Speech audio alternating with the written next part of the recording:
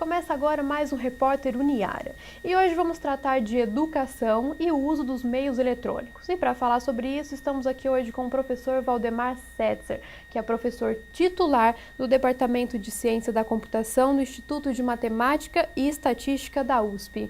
Professor, muito obrigada pela presença.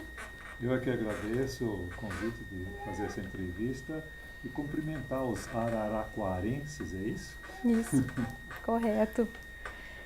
Professor, bom, você está aqui nessa semana fazendo palestras sobre educação, sobre o uso dos meios eletrônicos, a convite da Escola Jardim do Sol.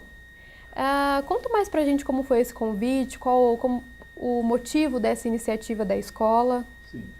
Acontece que eu tenho estudado essa problemática dos meios eletrônicos, não só na educação, também com pessoas adultas, etc., e já há muito tempo. A primeira vez que eu dei uma palestra contra o uso da televisão como um veículo de lazer foi em 1972. Então, desde aquela época, eu já estudo todos esses problemas. No começo era só a televisão, logo depois, começou a onda de se usar computadores na educação e a coisa aumentou muito quando houve a introdução dos microcomputadores, porque aí a coisa se espalhou, não é?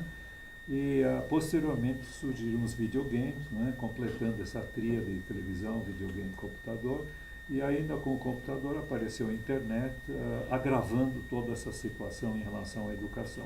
Porque a situação é grave, acho que todas as pessoas estão cientes, porque os jovens estão totalmente dominados por essa tecnologia, sendo que cerca de 99% dos jovens no mundo inteiro, usam a internet e acabam ficando dependentes dela. Um dos grandes problemas da internet e desses meios todos, inclusive televisão, é a criação da dependência. Por exemplo, pessoa que vê televisão todos os dias, obviamente é dependente. Né? Se não fosse dependente, não veria televisão todos os dias. A pessoa diz, não, eu posso deixar de ver quando eu quiser, só que todo dia ela está lá vendo. Isso é dependência. E dependência significa, quando a pessoa para, ela fica com síndrome de abstinência, começa a ficar nervosa, perde o sono, perde o apetite, enfim, vários problemas de síndrome de abstinência. E é muito interessante que houve muitas pesquisas mostrando isso, pesquisas científicas, e saiu no número de setembro, outubro agora de 2016, na revista Scientific American Mind. Nessa revista existe um artigo justamente sobre essa questão da influência da internet, no caso, e do computador. O artigo se chama Online at Risk, quer dizer, conectado e em risco, interrogação. E ele começa com uma frase que é impressionante. I'm going to kill you while you are both asleep. Eu vou matá-los quando vocês estiverem dormindo. Ela está se dirigindo aos pais. Por quê? Porque na escola dela fizeram um convênio com o Google e deram um Google Book, deve ser um notebook da Google especial, para todos os alunos, e aí nesse Google Book ela tinha possibilidade de entrar em contato com redes sociais e jogar videogame pela internet, etc. Resultado, olha, está escrito aqui, o John e Melanie, os pais dela, viram a sua filha se transformar de uma menina inocente e doce, que adorava passar o tempo com seus pais. Ela se transformou num terror violento, sexualizado e de boca suja. Por quê? Foi em um ano por causa desse uso que ela fez do computador e da internet. Então vocês veem, isso é um caso único, um caso particular, mas ele é bastante comum de esses meios transformarem totalmente as pessoas, em particular crianças e adolescentes. Não é? Então, eu tenho estudado isso e vim aqui a convite da escola Jardim do Sol, aqui de Araraquara, que usa a pedagogia Waldorf, e justamente a pedagogia Waldorf me deu uma base para fazer uma análise de todos esses meios. E, por exemplo, no último livro que saiu, na última edição de um livro que já está na 12ª edição, do Dr. Rudolf Lanz, que se chama Pedagogia Waldorf, Caminho para um Ensino Mais Humano, nas outras edições havia 2 apêndices meus, um sobre computadores de educação e outro sobre videogames, né? Agora eu substituí por um bem mais longo que trata de todos esses meios eletrônicos. Então, nessa 12ª edição há um artigo meu, né?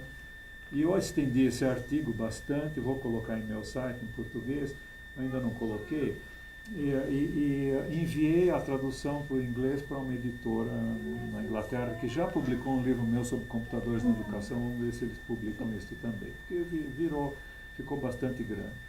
Então, o grande problema desses meios é que eles afetam a criança e o adolescente de uma maneira drástica, uma coisa terrível, né? Por exemplo, uma coisa absolutamente trivial. Criança pequena não para de se mexer. E quando ela vê televisão, quando usa um videogame ou um computador, ela fica sentada. Ninguém anda usando esses aparelhos por aí, né? A menos de um caso. Eu dei uma palestra uma vez na Escola Waldorf de Nova Lima, ao lado de Belo Horizonte, numa classe, dei para uns alunos de uma classe de 6ª série, e um deles me contou uma história muito curiosa. Ele viu uma moça andando na rua usando o celular, digitando no celular. Como é que ela conseguia andar e digitar no celular? Sabe como? Ela usava um bastão de cego para não bater nos postes. Claro. Então vocês vejam que ponto esse vício chegou, né? Mas você sabe que... Não, é comentar que o senhor sabe que assim, quando a gente mesmo está de carro andando na rua, é até um perigo, porque tem muito pedestre mexendo no celular. E eles não se tocam do trânsito, eles não se tocam do semáforo que está aberto ou se está fechado. Bom, esses são casos extremos, mas são casos típicos, porque qualquer pessoa vai a um restaurante e vai ver uma família com pai, mãe, mais 2, 3 filhos. Cada um deles está usando o seu celular ou seu tablet, em vez de conversar, etc. Então, esse impacto agora da internet, dos celulares, o problema dos celulares é que eles permitiram que se tivesse acesso à internet em qualquer lugar, a qualquer momento. Eu tenho uma foto que eu uso às vezes nas palestras, de uma menininha que deve ter 1 ano e meio, está sentada num pinico. E esse pinico tem todo um suporte para colocar o tablet. Então ela está lá no pinico usando o tablet dela. Quer dizer, vocês veem a que ponto as coisas chegaram. Agora, esses aparelhos têm uma influência terrível. Vou pegar, por exemplo, já que nós estamos num programa de televisão, vamos pegar um caso da televisão. Na televisão, é muito raro acontecer o que provavelmente vai acontecer agora. Estão me focalizando e a câmera está parada. Provavelmente na edição ainda vão colocar algumas outras coisas. Por quê? Porque em geral a imagem na televisão não para. Eu já contei, em geral dá entre 15 e 25 mudanças por minuto. Pode ser feito zoom, pode mudar o plano de fundo, pode, enfim, mudar totalmente para uma outra cena, etc. Mas são 15 a 25 por minuto. Com isso, é impossível a gente imaginar alguma coisa, porque as imagens se sucedem muito rápido. Se a gente quiser se concentrar, pensar, é impossível pensar em cada imagem. Se a gente quiser pensar numa imagem, já vem a outra. Então, o que acontece? O cérebro praticamente desliga. Isso foi testado com eletroencefalograma. A própria atividade medida no eletroencefalograma cai, as ondas caem de amplitude para 1/5, 1/10 do original, quando a gente, por exemplo, lê, que precisa prestar atenção, né? Então, esse é um problema muito grande. A televisão induz esse estado. Agora, o que acontece com criança? Criança, como nós já vimos, não para. A criança está sempre se movendo. E a partir desse movimento e dessas brincadeiras, é que ela desenvolve toda a coordenação motora. Ela está muito aberta para o exterior, por isso que ela consegue imitar e assim aprender a andar, falar e pensar. Senão, se ela não imitasse, ela não aprendia isso aí. Então, ela está muito aberta e ela está gravando todas aquelas imagens e está parada, não é? Na hora que ela sai da televisão, a mãe vai lá e desliga, porque está na hora do almoço, né? Se não desligar, a criança não sai. O que acontece? A criança fica hiperativa. Uma moça me perguntou sobre hiperatividade. Está mais do que provado. Esses aparelhos todos provocam hiperatividade na criança. Por quê? Porque não é normal que ela fique parada, ela é obrigada a ficar parada, na hora que desliga, ela explode. E o que faz a mãe dessa menininha, ou desse menininho que estava na televisão e ela desligou? Liga a televisão para acalmar. Eu conheço um caso de um médico que tratou de uma dessas crianças, e vejam o que ele fez, ele aplicou um princípio Waldorf, não é? Um princípio Waldorf. Ele falou para os pais começarem a introduzir ritmo na vida da criança. Simplesmente ter hora para comer, hora para dormir, claro, hora para brincar, hora para fazer outras coisas, que aliás é feito nos jardins Waldorf. Eles têm toda uma programação durante o dia e sempre se repete aquela mesma programação, dando um ritmo diário para a criança, claro. É hora de ouvir história, é hora de brincar, e aí existem vários espaços, a criança pode em liberdade escolher qual espaço que quer, mas em cada espaço ela não é livre para escolher qualquer coisa, porque o que está lá foi escolhido pelas professoras adequadas à pedagogia e à idade. Então, e aí depois vem a hora do lanche, depois do lanche elas têm que arrumar a mesa, muitas escolas, muitos jardins de infância, não sei se é o caso daqui, as crianças cozinham ou preparam o seu lanche, certo? Aqui também, preparam para ter essa experiência, que hoje em dia quase não se tem mais na casa, vem tudo pronto, né? E, inclusive na Alemanha fazem, nos jardins Waldorf, sabe o que eles fazem? Tudo aquilo que antigamente se fazia em casa, por exemplo, passar roupa, lavar roupa com a mão, certo? Para se ter a experiência daquilo que desapareceu com todas essas máquinas que a gente usa. E que a criança deveria passar por esse processo que a humanidade também passou. Então existe esse problema. Sim, eu estava falando do médico com essa criança. Ele disse para introduzir ritmo. Resultado, foi diminuindo cada vez mais a Ritalina até acabar totalmente. Só com introdução de ritmo na vida da criança. Porque hoje em dia as crianças, os pais estão muito permissivos, deixam a criança fazer o que quiser, não existe mais ritmo nenhum, e a criança necessita do ritmo. Então esse é um aspecto que é destruído por esses meios, que não tem ritmo nenhum. Né? A criança faz o que quer, no caso da internet, com um problema terrível, porque a internet é um sistema absolutamente libertário, a gente tem liberdade de fazer acesso a qualquer coisa. Só que criança não deveria ter liberdade total. Toda criança precisa ser orientada, adolescente também. E eles sabem disso, quando a criança não é orientada, quando não se põe limites na criança, ela dá um monte de problema, ela fica cada vez pior, né? Cada vez explorando mais os pais para testar, para ver se eles vão colocar um limite para ela sentir que está sendo orientada, porque ela necessita disso, compreende? E esses aparelhos, a internet em particular, dá essa liberdade total. Veja a televisão agora com centenas de canais por cabo, certo? Damos também uma liberdade imensa de programas que antigamente não havia 4, 5 ou 6 canais. Então, essa liberdade, esse exagero de liberdade, é um dos grandes problemas que a internet introduz. E aí existe um perigo muito grande, porque a criança não tem maturidade para escolher aquilo que é adequado para ela. Além de pornografia, violência, problema dos predadores, o perigo para as crianças, a internet é um enorme perigo para crianças e adolescentes, que são todos ingênuos, né? Mas, enfim, existe esse problema de excesso de liberdade, do perigo, e ainda existe mais um terceiro problema, que é a criação de dependência. Mais de 10% dos usuários de internet são dependentes da internet. Isso é mais do que álcool. Né? Um monte de gente toma um copo de vinho todo dia e não é dependente. Né? Mas entre todos esses que tomam alguma coisa alcoólica, né, menos de 10% é dependente. No entanto, a internet está pior do que isso aí. Tanto que no Hospital das Clínicas da USP, lá em São Paulo, foi feito no Instituto de Psiquiatria um serviço de tratamento de dependência da internet para crianças, adolescentes, adultos e idosos, velhinhos como eu. Né?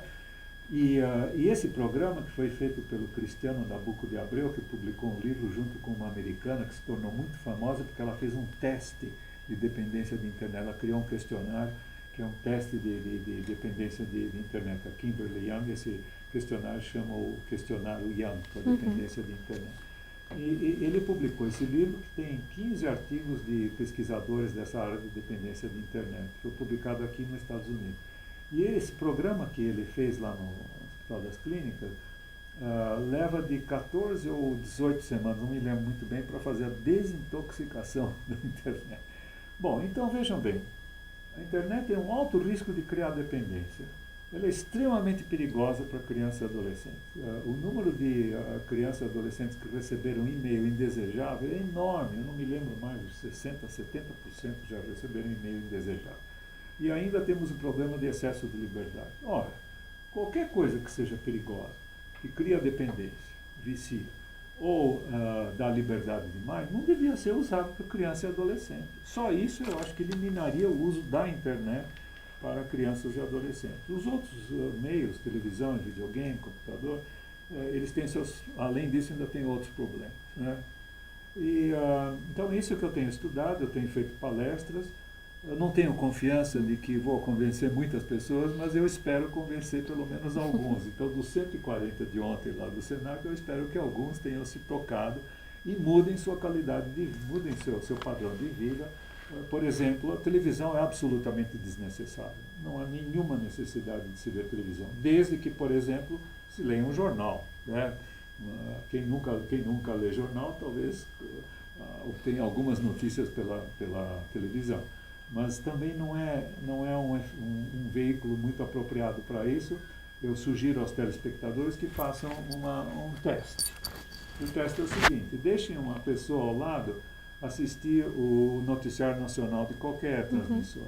E depois do noticiário nacional, pergunte quais notícias que você assistiu. Vocês vão ficar surpresos. Né? Em São Francisco, na Califórnia, na década de 70, foi feita essa pesquisa por telefone. Metade das pessoas não lembrava de nenhuma notícia. Você vê como não grava. Né? E provavelmente os telespectadores fazendo esse teste vão ver que as pessoas lembram talvez 2, 3 notícias, em geral as mais violentas. Né? Essas muitas vezes são lembradas. Fora isso, não vão lembrar das outras. Isso mostra que a televisão não tem efeito informativo e muito menos educativo. A televisão não entrou, a televisão como veículo de transmissão, né? Não entrou nas classes. Ela está sendo usada para ilustração, e isso eu estou totalmente de acordo, que se use o aparelho de televisão para mostrar um vídeo de alguma coisa que se está tratando na aula. Por exemplo, a professora está falando sobre as baleias. Por que não mostrar um vídeo com a vida das baleias? Só que é preciso lembrar que a televisão induz um estado de sonolência nas pessoas por causa da rapidez das imagens e do piscar da tela. Existem vários efeitos. Então é preciso fazer isso, é uma recomendação que eu dou para os professores. Faça isso muito curto, 3 ou 4 minutos. Desliga e discute o que foi visto. Né? Depois de discutir, as crianças lembrarem o que viram, né?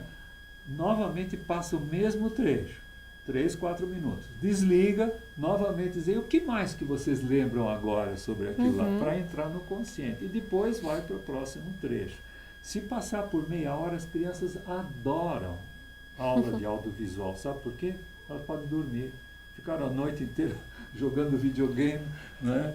O pior que se pode fazer com criança e adolescente é deixar esses aparelhos no dormitório. Isso é recomendado explicitamente pela American Academy of Pediatrics, né? AAP, a Associação Americana de Pediatria. Não se deve colocar esses aparelhos no dormitório dos crianças e adolescentes, porque aí não há nenhum controle. Isso era numa época em que não havia smartphone. Agora, quando se dá o smartphone com acesso à internet, não há controle nenhum em lugar nenhum. Então, a minha recomendação, que é dar um telefone, é uma coisa muito útil, um celular como telefone para os jovens. Assim, lá, de repente, em vez de almoçar em casa, vai almoçar na casa de um coleguinha, etc. É interessante poder avisar os pais, tudo bem. Só que ele devia ter um celular que seja apenas telefone, não tenha pacote de dados. Isso é muito simples, se os pais não pagarem, não vai haver. Sim. Certo? E eu conheço o caso de uma senhora que me mostrou o celular dela. A filha dela era a única da classe que não tinha um celular, certo? Tinha um celular só de telefone. Como é que ela fazia para se comunicar com os colegas? Porque hoje a internet se tornou uma necessidade para os adolescentes. Eles combinam seus encontros, combinam, enfim, festinha, o que roupa vão usar, etc. e tal, pelo WhatsApp, pelas redes sociais. Então se tornou uma necessidade. Vocês veem até que ponto está chegando esse ataque aos jovens, crianças e adolescentes. Está se tornando uma necessidade. Então o que essa mãe fez? A filha usa o WhatsApp no celular da mãe. Então a mãe tem todo o controle daquilo que está chegando e o que a filha mandou. Exatamente, precisa controlar, porque esses jovens não têm autocontrole, não têm maturidade para saber o que deve ser feito e o que não deve ser feito. Por exemplo, de repente começa um grupo fazer bullying, fazer intimidação a algum colega. Isso pode dar prisão, depende do que uma colega vai reagir. Nos Estados Unidos já houve suicídio de jovens que foram sofrer intimidação, uma tal intimidação que acaba se suicidando. E o jovem não tem essa medida, ele não percebe que aquilo não é uma brincadeira, que o outro de repente leva a sério, etc. E pode redundar num crime. Vejam os pais o que é que estão sujeitando as suas crianças, seus filhos, tá certo? E, por falar em pais, eu gostaria também de falar dos professores. Um professor que passa uma tarefa para as crianças, para os adolescentes, não é, para os alunos, para fazer em casa, usando a internet, fazer uma tal de pesquisa, que no fundo é uma busca na internet, certo? Não é pesquisa coisa nenhuma, é uma busca. Então, para fazer uma busca de algum assunto na internet, o que é que o jovem faz? Acha, copia, cola e entrega para o professor fica maravilhado com aquela coisa que o sujeito viu e nem entendeu o que daquilo se tratava.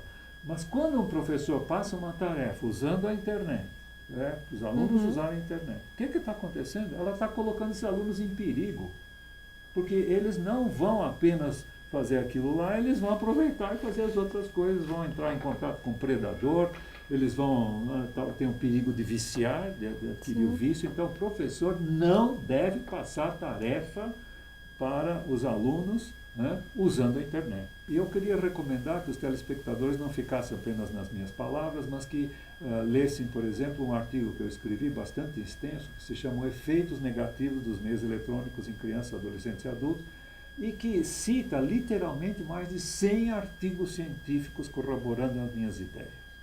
Acontece que pessoas que não veem, não enxergam os problemas da internet, ou acham que eles são problemas pequenos, que as pessoas se adaptam, etc., simplesmente não conhecem a literatura científica, ou se conhecem, não seguem, né? Ou então ignoram por comodidade, por modismo, que é o caso das escolas hoje. Está mais do que provado que quanto mais os alunos, até na universidade, há uma pesquisa recente feita na Academia West Point do Exército Americano, que são universitários, em que pegaram uma classe e deixaram os alunos usar o laptop, o computador, tablet, etc., durante a aula, inclusive assuntos da aula e fora da aula, sem nenhum controle. E outra classe que proibiram, e lá, como é a academia militar, dá para proibir mesmo, né? Então, proibiram que os alunos universitários usassem... Essa pesquisa foi feita pelo famoso MIT, né? O maior instituto de tecnologia mais importante do mundo, o MIT lá em Cambridge, perto de Boston. Bom, mas enfim, aí... qual que eles verificaram? Os alunos que tiveram acesso à internet pelos seus computadores, etc., foram muito pior, tiveram notas piores do que aqueles que foram proibidos de usar. Quer dizer, se provou até com universitários que quanto mais usa o computador, mais usa a internet, pior o rendimento escolar.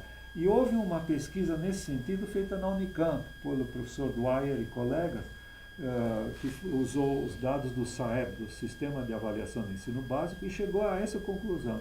Quanto mais os alunos usam o computador, pior o rendimento escolar. O professor usar, dá bons resultados. Aluno usar, dá mau resultado. É só ressaltar, então, assim, que a internet, por um lado, ela tem um lado positivo, né, que querendo ou não ela acaba agregando, igual o senhor citou no caso dos professores que utilizam, mas também tem um lado negativo quando alunos usam muito cedo. Você acha que isso atrapalha no desenvolvimento, na criatividade? E tanto, acho que até os adultos que abusam muito desse uso. O senhor estava falando, só para citar, para concluir, o senhor estava citando dos pais darem liberdades, mas às vezes muita gente, você sai assim, vai num restaurante, por exemplo, e não é nem a criança pedindo o tablet, mas como a criança que é agitada, que é assim, se movimenta, como o senhor mesmo citou, a mãe dá o tablet para ela ficar lá e a mãe ficar sossegada, comendo, tranquila com os pais. Então, é só para citar. Deixar claro, assim, que tem uns pontos positivos, como o senhor mesmo citou, mas o importante é o uso consciente. Esses meios eletrônicos têm pontos positivos, fora os videogames violentos. Isso é para jogar no lixo mesmo, certo? Porque ele todos já está mais do que provado cientificamente que aumentam a agressividade das pessoas, produzem agressividade. Mas, eu vou tratar disso na palestra hoje à tarde, vou dar um exemplo muito interessante. Mas, para adultos, eles podem ter utilização positiva. Com crianças e adolescentes, o perigo é muito grande e eu tenho uma conjectura, que eu não posso provar, obviamente, uma conjectura de que os efeitos negativos em crianças, adolescentes e adultos ultrapassam infinitamente os efeitos positivos. A situação está piorando cada vez mais, certo? Agora, com crianças e adolescentes, a situação é trágica porque isso influencia no desenvolvimento. Você falou em criatividade, eu não tive tempo de tratar desse assunto.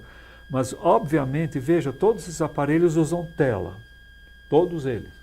Quando na tela aparece uma imagem em movimento, não dá para pensar na imagem porque logo vem outra, certo? Isso se aplica a filme, em cinema, tudo que tem tela com imagens em movimento.